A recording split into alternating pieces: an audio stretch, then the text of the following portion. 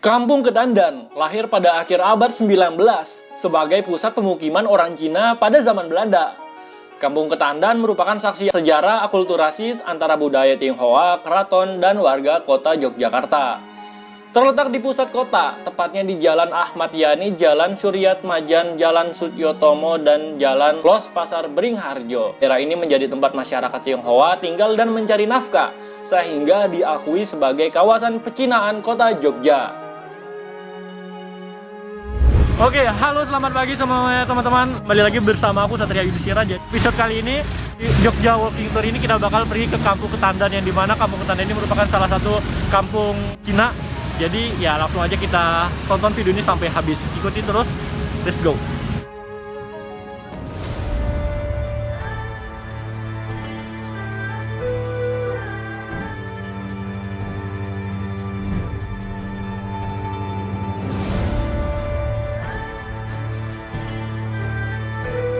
Untuk yang pertama kita bakal ngumpul di Benteng Frans-de-Burg.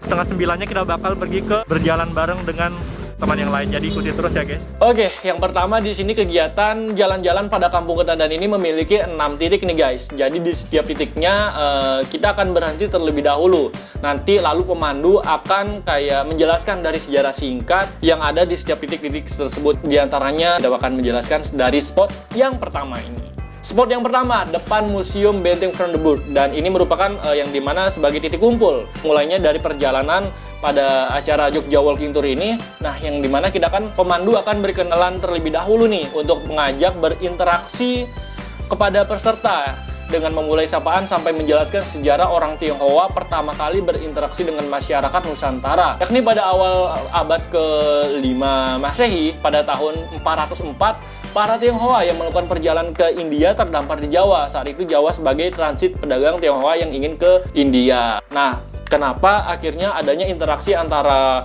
orang Tionghoa dan juga masyarakat Nusantara ini? Dikarenakan kalau kalian melihat dari perjalanan rute perjalanan dari orang Cina ini ke India, niatnya mereka ke India, tapi mereka butuh transit, yang dimana transitnya itu melewati negara Indonesia.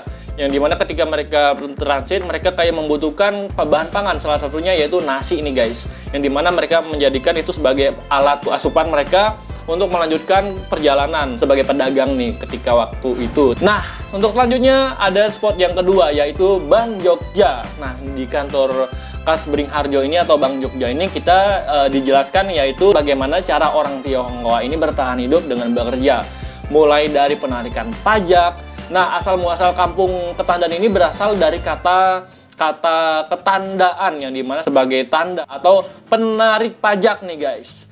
Yang dimana dulu di era Sri Sultan Hamengkubuwono II, beberapa warga etnis Tionghoa ini diberi tempat tinggal di daerah tersebut. Nah, mereka kemudian diminta menjadi penarik pajak warga Tionghoa yang tinggal di sekitar wilayah Yogyakarta gitulah. Nah, karena dihuni oleh para etnis Tionghoa ini yang berprofesi sebagai penarik pajak atau tandaan ini, tanda, lama-kelamaan nama kampung itu menjadi nama Kampung Ketandaan, di mana orang kota Jogja atau orang-orang dulu gitu pasti kalaunya taunya Kampung Ketandaan itu adalah orang menarik pajak. Yang dimana kenapa sih orang Tionghoa ini mau menjadi penarik pajak? Ya karena kembali lagi mereka itu pintar berbisnis atau mereka itu bisa disiplin atau dalam hal sebagainya gitu. Dan juga di sisi lain, gaji yang ditawarkan itu sangat banyak sekali oleh pemerintah. Oke, next. Yang ketiga, ada spot ketiga yaitu di samping Pasar Beringharjo, yang dimana lingkungan hingga bentuk bangunan di situ kita jelasin. Yang dimana ketika arsitektur bangunan di kawasan ini masih didominasi nuansa tempo dulu, rumah-rumahnya kebanyakan dibangun 2 lantai, yaitu memanjang ke belakang. Apa sih harus mereka itu memanjang? Karena menurut dari pemandu ini, orang Tionghoa pada saat itu mereka itu kan harus membayar pajak bangunan, ya, ini mana ketika mereka mempunyai rumah yang sangat lebar, mereka akan dikenakan pajak yang sangat besar, yang pada akhirnya mereka memanfaatkan yaitu memanjang. Jadi mereka tuh kayak misalkan ini satu ruangan nih, tapi mereka kayak memanjang gitu loh, nggak ada kayak semacam ruang tengahnya. Jadi kalau mereka ya semacam gang gitulah guys ya. Selain itu, bangunan-bangunan di Kampung Ketandaan yang asli memiliki atap yang berbentuk gunungan. Perubahan bangunan atap ini menunjukkan telah terjadi akulturasi budaya Cina dengan kebudayaan Jawa yang menimbulkan keunikan tersendiri. Salah satunya, teman-teman, jika teman-teman melihat rumah-rumah Cina yang ada di Ketandaan itu, kalian bakal melihat jangkar yang ada di dindingnya.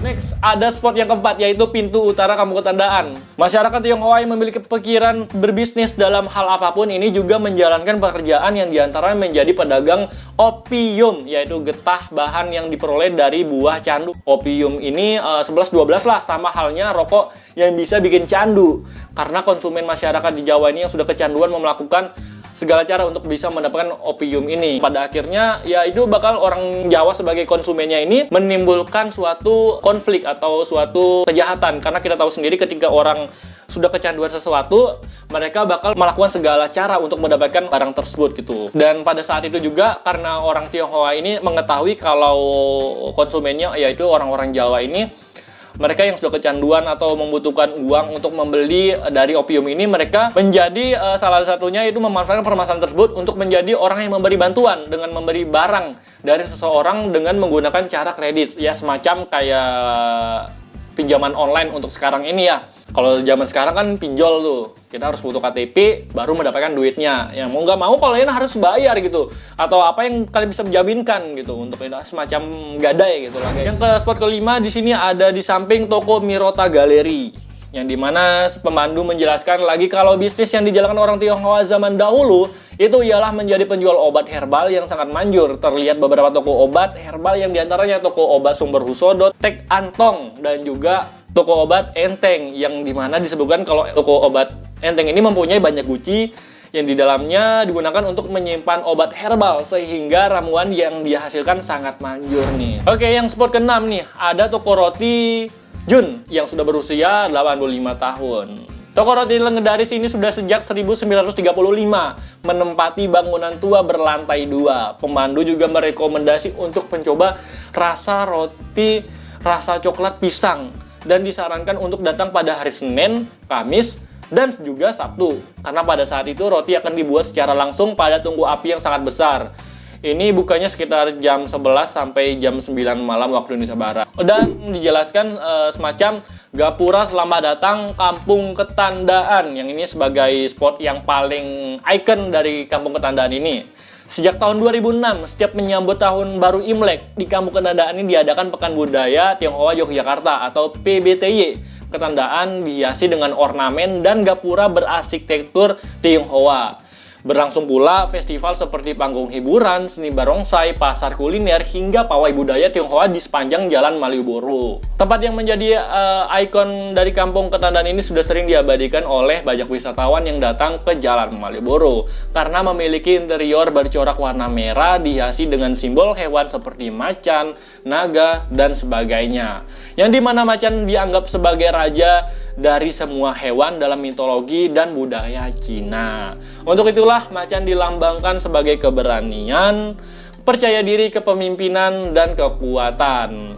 Bahkan disebut sebagai shio binatang yang dianggap membawa keberuntungan, kesejahteraan, dan juga kesehatan nih guys. Profesi orang-orang Tionghoa di Kampung Ketandaan, ya, mulai dari dia sebagai pedagang, petugas pajak, politikus, terus kemudian pedagang opium, terus kemudian Cina Mindring, tukang gadai, terus kemudian toko obat dan toko kue. Ya, teman-teman terwariskan sampai sekarang, dan ini yang harus kita putus. Ya, tidak boleh lagi. Karena kenapa teman-teman? Kita itu berdamai dengan orang Tionghoa itu di mana? Di meja makan. Kita itu berdamai dengan orang Tionghoa itu di meja makan. Oke, demikianlah pembelajaran kita mengenai Kampung Ketandaan ini dari Jogja Walking Tour. Oh iya, buat kalian yang mau berwisata sambil belajar, kalian bisa ikutan ke JWT ini atau Jogja Walking Tour dengan kepoin Instagramnya Jogja Walking Tour ini. Kalian berwisata tapi juga bisa sambil belajar nih untuk mengetahui secara langsung. Untuk masalah biayanya sendiri, ya bayar sesuka hati kalian nih, berapa aja. Gimana, keren bukan? Langsung aja kalian bisa cek Instagramnya di @jogjawalkingtour. Oke guys, terima kasih sudah menonton video ini. Kali ini jangan lupa untuk klik like, share, komen, dan subscribe. Dan ya, sampai jumpa di video selanjutnya. Saya Satria Yudhistira, cabut undur diri. Sekian, terima kasih. Goodbye kawan-kawan. Bye-bye.